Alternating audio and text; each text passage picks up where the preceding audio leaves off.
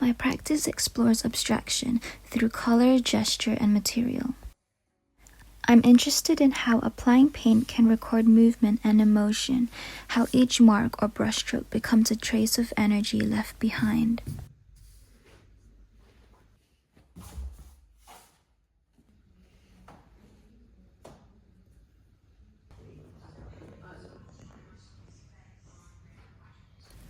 My interest in gesture expanded after seeing the paintings of Maggie Hambling at the Ooh La La exhibition. Her paintings felt immediate and urgent, with marks that appeared almost unfinished, as if they had been made in a single burst of energy.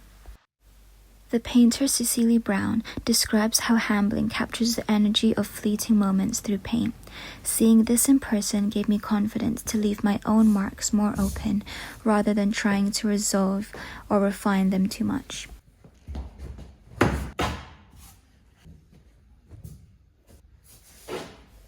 Seeing the work of Winston Branch at the Out of Calabash exhibition also had a strong impact.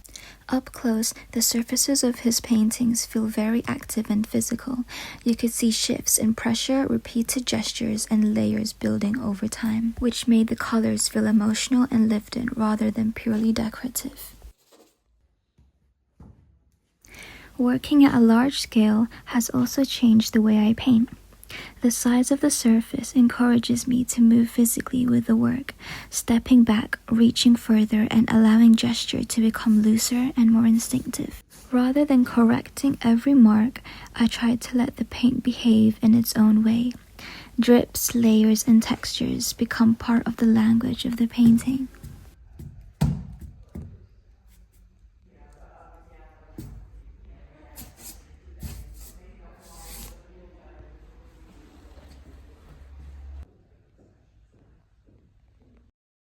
Alongside my painting practice, I've also been exploring how artworks exist within space.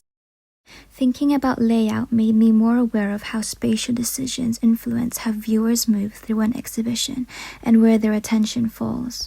Working collaboratively, some of us also experimented with staging our works together, which made me realize that artworks can shift in meaning depending on how they are presented and how they interact with other materials and environments. Thinking about different staging layouts has made me reconsider how long someone might spend with the work and how multiple artworks relate to each other. I aim to create paintings that encourage that slower way of looking. This opens up space for personal responses and sensations. When I paint, I'm not trying to represent something directly. Instead, I'm interested in responding to the moment of making.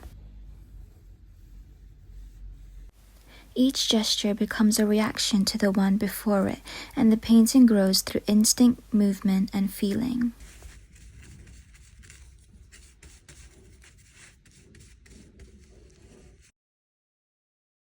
Recently, I've been working mainly on found wood scraps rather than canvas. I'm drawn to the rawness of the material, the grain, the cracks, and the natural lines already present in the surface.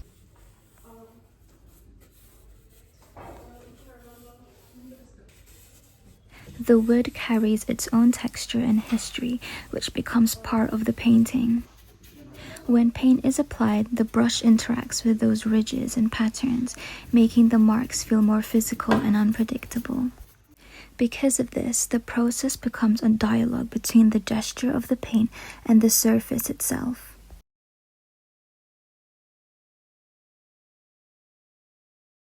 This process of painting abstract has become a space to prove that emotion and presence can exist without needing to be clearly explained.